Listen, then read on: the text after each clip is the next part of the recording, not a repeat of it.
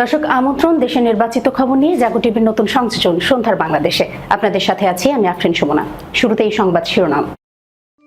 সংবিধানের সংস্কার পরিষদ বলে কিছু নেই, স্বরাষ্ট্রমন্ত্রী সালাউদ্দিন।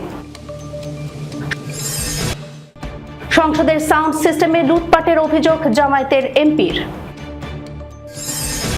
আমরা কি মেধাকে সবসময় দমিয়ে রাখবো, হাসনাত আব্দুল্লাহ এমপি। সামান্তারা বিক্রি হয়ে থাকে, এই মেয়েগুলো আততায়ী, মন্তব্য শাহরিয়ারের, ক্ষমা চাইতে বললেন এনসিপি নেতারা। হাদি হত্যার বিচারে বিলম্ব কেন, প্রশ্ন আইন উপদেষ্টা আসিফ নজরুলের। আশুলিয়ায় 6 লাশ পোড়ানোর মামলা, সাবেক এমপি সাইফুল্লাহ সহ 6 জনের মৃত্যুদণ্ডের পূর্ণাঙ্গ রায় প্রকাশ। এনসিপির এখনই জোট থেকে বেরিয়ে আসা উচিত, স্নিগ্ধ। দর্শক শিরোনাম শুনছিলেন, এবার জানিয়ে দিচ্ছি বিস্তারিত। সংবিধানের সংস্কার পরিষদ বলে কিছুই নেই, দাবি স্বরাষ্ট্রমন্ত্রী সালাউদ্দিনের। সংবিধান অনুযায়ী রাষ্ট্রপতি জাতীয় সংসদ আহ্বান করেছেন বলে জানিয়েছেন স্বরাষ্ট্রমন্ত্রী সালাউদ্দিন আহমেদ। তিনি বলেন, সংবিধানের সংস্কার পরিষদ বলতে কিছু নেই। জুলাই সনদে যে সংবিধান সংস্কার পরিষদের কথা বলা হয়েছে তা বাস্তবায়নের আগে সংবিধানে সংশোধনী আনতে হবে। রোববার জাতীয় সংসদের প্রথম অধিবেশনের দ্বিতীয় দিনে অংশ নেওয়ার আগে সাংবাদিকদের কাছে তিনি এসব কথা বলেন। এর আগে গত বৃহস্পতিবার নতুন সংসদের যাত্রা শুরু হয়। সেদিন রাষ্ট্রপতির ভাষণের পর স্পিকার মেজর অবসরপ্রাপ্ত হাফিজউদ্দিন আহমদ অধিবেশন রোববার পর্যন্ত মুলতবি ঘোষণা করেন। জাতীয় সংসদ সচিবালয় সূত্রে জানা গেছে, রোববারের কার্যসূচিতে প্রশ্নোত্তর পর্ব, জরুরি গুরুত্বপূর্ণ বিষয়ে মনোযোগ আকর্ষণ এবং রাষ্ট্রপতির ভাষণের ওপর ধন্যবাদ প্রস্তাব নিয়ে আলোচনা অন্তর্ভুক্ত রয়েছে। প্রশ্নোত্তর পর্বে মন্ত্রিপরিষদ বিভাগ, বিজ্ঞান ও প্রযুক্তি মন্ত্রণালয়, মাধ্যমিক ও উচ্চশিক্ষা বিভাগ, কারিগরি ও মাদ্রাসা শিক্ষা বিভাগ, প্রাথমিক ও গণশিক্ষা মন্ত্রণালয়, সমাজ কল্যাণ মন্ত্রণালয় ও গৃহায়ন ও গণপূর্ত মন্ত্রণালয় সম্পর্কিত প্রশ্নের উত্তর দেয়া হবে। জাতীয় সংসদের সাউন্ড সিস্টেম ও হেডফোন নিয়ে ক্ষোভ প্রকাশ করেছেন জামায়াতের দলীয় সংসদ সদস্য শাহজাহান চৌধুরী। তিনি হেডফোন দেখিয়ে বলেছেন, এখন এত বড় বোঝা, এটা মনে হয় একটা বাজেট করেছিল, আর ওখান থেকে লুটপাট বাহিনীর একটা বিল করে খাওয়ার জন্য এই ব্যবস্থাটা করেছেন। রোববার জাতীয় সংসদে অনির্ধারিত আলোচনায় অংশ নিয়ে এমন মন্তব্য করেন শাহজাহান চৌধুরী। স্পিকার মেজর অবসরপ্রাপ্ত হাফিজউদ্দিন আহমেদের সভাপতিত্বে সংসদের অধিবেশন অনুষ্ঠিত হয়। সংসদ সদস্য শাহজাহান চৌধুরী বলেন, আমাদের হাউসের সাউন্ড সিস্টেমটা আমরা তো আরো 2 বার সংসদে এসেছি, আপনিও এসেছেন, কিন্তু এত বড় একটা বোঝা মাথার উপর দিয়ে 1-2 ঘন্টা বসা সবার জন্য কষ্টকর হচ্ছে। এটা ছাড়া যাতে করে একটা সাউন্ড হয়। 1991 সালের সংসদে এটা ছাড়াই সংসদ চালিয়েছি। 2001 সালেও 4 দলীয় সরকারের সময়ও হয়েছে। সংসদ সদস্য বলেন, এখন এত বড় বোঝা, এটা মনে হয় একটা বাজেট করেছিল, আর ওখান থেকে লুটপাট বাহিনীরা একটা বিল করে খাওয়ার জন্য এই ব্যবস্থাটা করেছে। এজন্য সাউন্ড সিস্টেমটা সুন্দর করার জন্য একটি সাধারণ হেডফোন দিলে আমরা শুনতে পাই, কিন্তু এত বড় বোঝার দরকার নেই। হেডফোন ছাড়াও সংসদের সাউন্ড সিস্টেমটা আধুনিকায়ন করলে খুশি হব। গত বৃহস্পতিবার জাতীয় সংসদের প্রথম অধিবেশন অনুষ্ঠিত হয়। সেদিন বিরতির পরে নবনির্বাচিত স্পিকার হাফিজউদ্দিন আহমেদের সভাপতিত্বে সভা শুরু হলে সাউন্ড সিস্টেমে বিভ্রাট হয়। স্পিকার হ্যান্ড মাইকে কিছুক্ষণ সভা পরিচালনা করেন, পরে তিনি 20 মিনিটের জন্য অধিবেশনের বিরতি দেন। বিরতি শেষে অধিবেশন শুরুর পরেও সংসদ কক্ষের সব মাইক ঠিক হয়নি। একাধিক সংসদ সদস্য বিষয়টি নিয়ে স্পিকারের দৃষ্টি আকর্ষণ করেছিলেন। বৃহস্পতিবার জামায়াতের এমপি মীর আহমদ বিন কাশেম হেডফোনের বিষয়ে অভিযোগ করেন। তিনি ফেসবুক পেজে এই বিষয়ে লিখেন, এই হেডফোনের মান এতটাই ভয়াবহ যে ব্যবহার করতে গিয়ে কান থেকে মাথা পর্যন্ত ব্যথা ধরেছে। সাউন্ড কোয়ালিটি এমন নিম্নমানের, সংসদের পুরনো ডিভাইস এর চেয়ে পরিষ্কার অডিও দিত নিশ্চয়ই। সম্পূর্ণভাবে হতাশ। আমরা কি মেধাকে সবসময় দমিয়ে রাখবো, হাসনাত আব্দুল্লাহ এমপি।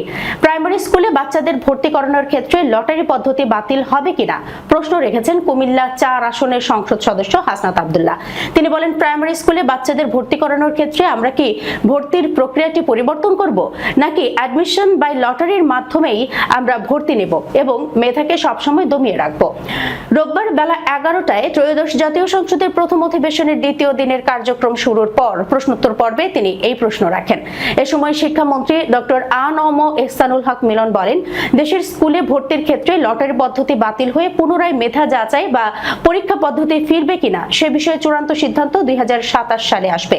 তিনি আরো বলেন, আমাদের দেশের শিক্ষা ব্যবস্থায় রুরাল এবং আরবান এই দুটি সেকশন রয়েছে। গ্রামীণ জনপদে যে প্রতিষ্ঠানগুলো রয়েছে সেখানে প্রি প্রাইমারি স্কুল আছে এবং ছাত্র সংখ্যা ততটা প্রতিযোগিতামূলক নয়, সে কারণে সেখানে ভর্তির সমস্যা তেমন একটা হয় না। শিক্ষামন্ত্রী বলেন, তবে ঢাকা শহর সহ বড় শহরগুলোতে প্রাথমিক স্তরে ভর্তির একটি সমস্যা রয়েছে। এই জটিলতা নিরসনের জন্য বিগত সরকার লটারি সিস্টেম চালু করেছিল, তবে সেটি আদৌ কতটা যুক্তিসঙ্গত সে বিষয়ে প্রশ্ন রয়েছে। আগামী বছরে এই শিক্ষা ব্যবস্থায় ভর্তি পদ্ধতি কিভাবে করা হবে সে বিষয়ে আমরা আনুষ্ঠানিকভাবে স্টেক হোল্ডারদের সঙ্গে অর্থাৎ অভিভাবকদের সঙ্গে বিভিন্ন সেমিনার ও আলোচনার মাধ্যমে মতামত নেব। সবার অভিমত নিয়ে একটি জনমত সৃষ্টি করে আমরা আগামী 2027 সালের জানুয়ারির ভর্তি প্রক্রিয়া নিয়ে সিদ্ধান্ত নেব। এর আগে গত বৃহস্পতিবার প্রথম অধিবেশন শুরু হয়। সেদিন অধিবেশনের প্রারম্ভে ভাষণ দেন সংসদ নেতা প্রধানমন্ত্রী তারেক রহমান। এরপর প্রবীণ রাজনীতিবিদ ও সংসদ সদস্য ডক্টর খন্দকার মোশাররফ হোসেনকে সর্বসম্মতিক্রমে সভাপতি মনোনীত করা হয়। ডক্টর খন্দকার মোশাররফ হোসেনের সভাপতিত্বে নতুন স্পিকার ও ডেপুটি স্পিকার নির্বাচন প্রক্রিয়া সম্পন্ন হয়। সামান্তারা বিক্রি হয়ে থাকে, এই মেয়েগুলো আততায়ী, মন্তব্য শাহরিয়ারের। ক্ষমা চাইতে বললেন এনসিপি নেতারা। এনসিপির সিনিয়র যুগ্ম আহ্বায়ক সামান্তা শারমিনকে নিয়ে আপত্তিকর মন্তব্য করায় জামায়াতে ইসলামী পন্থী আইনজীবী শাহরিয়ার কবিরকে ক্ষমা চাইতে বলেছেন এনসিপি নেতারা। সম্প্রতি একটি বেসরকারি টিভি চ্যানেলের টক শোতে আলোচনায় অংশ নিয়ে শাহরিয়ার কবির বলেন, সামান্তা যে কথাগুলো বলে ওকে শোকজ করে বহিষ্কার করা উচিত। এনসিপিকে আজ দুপুর বেলা বলেছি যে এই মেয়েটাকে বহিষ্কার করা উচিত ইমিডিয়েটলি, কারণ তার হারানোর বেদনা যে সে তো কিছু হতে পারেনি, তাকে কোনো জায়গায় ডাকে না। সামান্তা শারমিনের বিষয়ে শাহরিয়ার কবির বলেন, এই মেয়েগুলো আততায়ী, সামান্তারা বিক্রি হয়ে থাকে, যখন যে কথা বলতে বলে তখন সেটা বলে। শাহরিয়ার কবিরের এসব মন্তব্য সামাজিক যোগাযোগ মাধ্যমে ছড়িয়ে পড়ার পর এর নিন্দা জানিয়েছেন এনসিপির বর্তমান ও সাবেক নেতারা। এনসিপির যুগ্ম আহ্বায়ক ও জাতীয় নারী শক্তির আহ্বায়ক মনিরা শারমিন শাহরিয়ার কবিরকে প্রকাশ্যে ক্ষমা চাইতে বলেন। ফেসবুক পোস্টে মনিরা শারমিন লিখেন, এনসিপির সিনিয়র যুগ্ম আহ্বায়ক সামান্তা শারমিনকে নিয়ে অত্যন্ত আপত্তিকর মন্তব্য করেছেন জামায়াতের রাজনৈতিক বিশ্লেষক শাহরিয়ার কবির। ঢাকা বিশ্ববিদ্যালয় ক্যাম্পাসে আওয়ামী ফ্যাসিবাদী আমলে যে কয়জন নারী নেত্রী সরব ছিলেন তিনি তাদের মধ্যে একজন। তখন আমরা আমাদের পাশে কাউকে পাই নাই। উনাকে আততায়ী বলার মতো ধৃষ্টতা দেখানোর জন্য শাহরিয়ার কবিরকে প্রকাশ্যে ক্ষমা প্রার্থনা করা উচিত। এনসিপির যুগ্ম সদস্য সচিব ও ঢাকা মহানগর দক্ষিণের আহ্বায়ক আলাউদ্দিন মুহাম্মদ ফেসবুক পোস্টে বলেন, আজকে ব্যারিস্টার শাহরিয়ার কবির নামক একজন অর্বাচীন যেভাবে সামান্তার চরিত্র হনন করলো এবং তাকে দল থেকে বের করে দেয়ার উস্কানি দিল, তার তীব্র নিন্দা জানাই। শাহরিয়ার কবিরকে সামান্তা শারমিনের কাছে ক্ষমা চাইতে হবে। এনসিপি নারীর মর্যাদার রাজনীতি করে, নাগরিক মর্যাদা ও ব্যক্তি স্বাধীনতার রাজনীতি করে। এনসিপি নির্বাচনী সমঝোতায় গিয়েছিল গণতন্ত্রের স্বার্থে, জাতীয় স্বার্থে, কোন নারী বিদ্বেষী গুন্ডাতন্ত্রের সাথে আপোষ করার জন্য নয়। এনসিপির যুগ্ম আহ্বায়ক ও জাতীয় নারী শক্তির মুখ্য সংগঠক নুসরাত তাবাসসুম ফেসবুক পোস্টে লিখেছেন, সামান্তা শারমিন আপাকে নিয়ে এই ধরনের মন্তব্যের নিন্দা জানিয়ে রাখলাম। এনসিপি থেকে পদত্যাগকারী ডাক্তার তাসনিম যারা লিখেন, আমি সামান্তা শারমিনকে এনসিপি গঠনের একেবারে শুরুর দিনগুলো থেকেই চিনি। তিনি অসংখ্য সময় ও শ্রম ব্যয় করেছেন দলটিকে শূন্য থেকে গড়ে তোলার কাজে। রাজনৈতিক সিদ্ধান্ত নিয়ে মানুষের ভিন্ন মত থাকতে পারে, এটা যে কোনো রাজনৈতিক আন্দোলনের ক্ষেত্রেই স্বাভাবিক, কিন্তু যখন সেই ভিন্ন মতকে এমন অভিযোগ দিয়ে মোকাবেলা করা হয় যে কেউ বিক্রি হয়ে গেছে বা দলকে ক্ষতিগ্রস্ত করছে, তখন রাজনীতিতে বিবেকের জন্য আমরা কতটা জায়গা রাখছি সেই প্রশ্নটাই সামনে আসে। জুলাই গণ অভ্যুত্থানের অন্যতম সংগঠক ও ইনকিলাব মঞ্চের মুখপাত্র শরীফ ওসমান হাদী হত্যার বিচারে বিলম্ব নিয়ে প্রশ্ন তুলেছেন সাবেক অন্তর্বর্তীকালীন সরকারের আইন, বিচার ও সংসদ বিষয়ক উপদেষ্টা ডক্টর আসিফ নজরুল।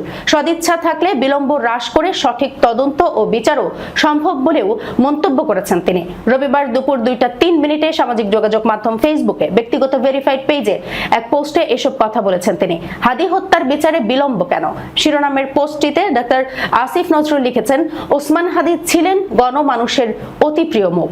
আমাকে বহু মানুষ অনুরোধ করতেন হাদি হত্যার বিচারের জন্য। আমি সরকারে থাকা অবস্থায় এই বিচার দ্রুত বিচার ট্রাইব্যুনালে হবে বলে জানিয়েছিলাম। এই আশাও ছিল যে আমাদের সরকারের মেয়াদকালে এটি সম্পূর্ণ হবে, কিন্তু দুর্ভাগ্যজনক হলেও সত্যি এই হত্যার বিচার এখনো শুরুই করা যায়নি। তিনি লিখেছেন, বিচার কাজ পুলিশের প্রতিবেদন বা অভিযোগপত্র ছাড়া শুরু করা যায় না। যদি হত্যা মামলার অভিযোগপত্র এখনো গ্রহণই করা যায়নি, এই বছর 6 জানুয়ারি হাদি হত্যা মামলার তদন্ত কর্মকর্তা 17 জনের বিরুদ্ধে অভিযোগপত্র দাখিল করেছিলেন উল্লেখ করে আসিফ নজরুল লিখেছেন, কিন্তু মামলার বাদী অভিযোগপত্রে সন্তুষ্ট না হয়ে এর বিরুদ্ধে আদালতে নারাজি আবেদন দেন। এই ধরনের মামলায় নারাজি দেয়া হলে আদালতের পক্ষে অভিযোগপত্র গ্রহণ করে বিচার শুরু করা সমীচীন হয় না। আদালত তাই মামলাটি অধিকতর তদন্তের জন্য সিআইডিকে নির্দেশ দেন। এই তদন্ত এখনো শেষ হয়নি। আসিফ নজরুল আরো লিখেছেন, সিআইডির তদন্ত শেষে অভিযোগপত্র দাখিল করলে এবং বাদী এতে আর নারাজি না দিলে বিচার কার্য শুরু হবে। কিন্তু তদন্তের ত্রুটি, অসম্পূর্ণতা বা অন্য যে কোনো কারণে বাদী আবারও নারাজি দিলে বিচার আরো পেছাতে পারে। আদালত সার্বিক বিবেচনায় সঠিক মনে করলে বাদীর নারাজিকে অগ্রাহ্য করে বিচার শুরু করতে পারে, কিন্তু তাতে বিচার নিয়ে বিতর্ক ওঠার আশঙ্কা থাকবে। আমরা যতটা ভাবি তদন্ত আর বিচার আসলে অত সরল বিষয় নয় উল্লেখ করে তিনি লিখেছেন, তবে সবার সদিচ্ছা থাকলে বিলম্ব হ্রাস করা সম্ভব, সঠিক তদন্ত ও বিচারও সম্ভব। এই সদিচ্ছা আমাদের সবার থাকা উচিত। আশুলিয়ায় ছাত্র জনতার আন্দোলন চলাকালে 6 জনকে হত্যার পর ভ্যানে করে নিয়ে লাশ পুড়িয়ে দেওয়ার চাঞ্চল্যকর মামলার সাবেক সংসদ সদস্য সাইফুল ইসলাম সহ 6 আসামির মৃত্যুদণ্ডের পূর্ণাঙ্গ রায় প্রকাশিত হয়েছে। 591 পৃষ্ঠার এই রায়ে আদালত অপরাধের ভয়াবহতা ও আসামিদের সংশ্লিষ্টতার বিশদ বিবরণ তুলে ধরেছেন।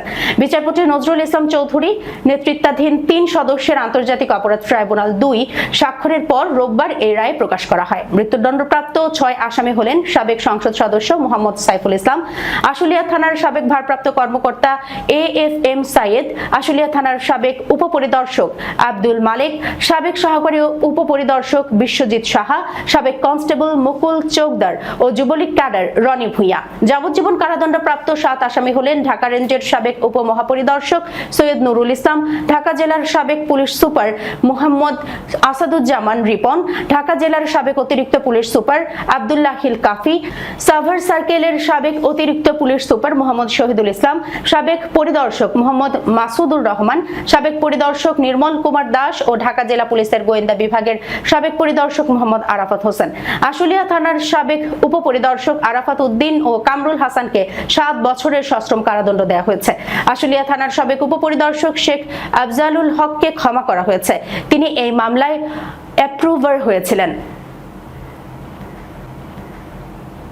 জাতীয় নাগরিক পার্টি এখনই 11 দলীয় নির্বাচনী জোট থেকে বেরিয়ে আসা উচিত বলে মন্তব্য করেছেন জুলাই অভ্যুত্থানের শহীদ মীর মাহফুজুর রহমান মুগ্ধর ছোট ভাই মীর স্নিগ্ধ। শনিবার রাতে নিজের ফেসবুক আইডিতে দেয়া এক পোস্টে এই মন্তব্য করেন তিনি। ফেসবুক পোস্টে মীর স্নিগ্ধ লিখেন, সামান্তা শারমিনের মতো আমিও মনে করি এনসিপির এখনই জোট থেকে বেরিয়ে আসা উচিত। কারণটা খুবই সহজ। এনসিপি যদি নিজেকে বড় দল হিসেবে না ভাবে তাহলে দুনিয়ায় আর কেউ তাকে বড় বানাতে পারবে না। তিনি লিখেন, নিজেদের আদর্শ অবস্থান এবং রাজনীতিকে দৃঢ়ভাবে প্রতিষ্ঠা করতে হবে। এতে সাময়িক কিছু অসুবিধা হতে পারে, কিন্তু দীর্ঘমেয়াদে এটা অত্যন্ত গুরুত্বপূর্ণ। এদেশের তরুণরা পুরনো ধাঁচের প্রচলিত রাজনীতিতে অনেকটাই অতিষ্ঠ। তারা এনসিপিকে একটি স্বতন্ত্র রাজনৈতিক শক্তি হিসেবে দেখতে চায়। প্রশ্ন উঠতে পারে, এখনই কেন? কারণ এখনই যদি বেরিয়ে না আসে তাহলে মানুষের মনে ধীরে ধীরে এই ধারণা তৈরি হবে যে এনসিপি নিজস্ব কোনো স্বতন্ত্রতা নেই। একসময় এই ধারণা স্থায়ী হয়ে যাবে। মীর স্নিগ্ধ আরো লিখেন, আরেকটা বিষয়, এনসিপি যদি এখন স্বতন্ত্রভাবে দাঁড়াতে পারে তাহলে হয়তো তারা কল্পনাও করছে না কত প্রভাবশালী ও সম্ভাবনাময় নেতা অপেক্ষা করছেন শুধুমাত্র এই আশায় যে এনসিপি নিজের স্বাধীন রাজনৈতিক অবস্থান নেবে। সময়টা এখনই। দর্শক, এই ছিল এখনকার মতো সন্ধ্যার বাংলাদেশে। যাবার আগে শিরোনামগুলো জানাচ্ছি আরো একবার। সংবিধানের সংস্কার পরিষদ বলে কিছু নেই, স্বরাষ্ট্রমন্ত্রী সালাউদ্দিন। সংসদের সাউন্ড সিস্টেমে লুটপাটের অভিযোগ জামায়াতের এমপির। আমরা কি মেধাকে সবসময় দমিয়ে রাখবো? হাসনাত আব্দুল্লাহ এমপি। সামান্তারা বিক্রি হয়ে থাকে, এই মেয়েগুলো আততায়ী, মন্তব্য শাহরিয়ারের, ক্ষমা চাইতে বললেন এনসিপি নেতারা। হাদি হত্যার বিচারে বিলম্ব কেন, প্রশ্ন আইন উপদেষ্টা আসিফ নজরুলের। আশুলিয়ায় 6 লাশ পোড়ানোর মামলা, সাবেক এমপি সাইফুল্লাহ সহ 6 জনের মৃত্যুদণ্ডের পূর্ণাঙ্গ রায় প্রকাশ। এনসিপির এখনই জোট থেকে বেরিয়ে আসা উচিত, স্নিগ্ধ। এখনকার মতো এই পর্যন্তই। এতক্ষণ পর্যন্ত যারা সঙ্গে ছিলেন সবাইকে ধন্যবাদ। আল্লাহ হাফেজ।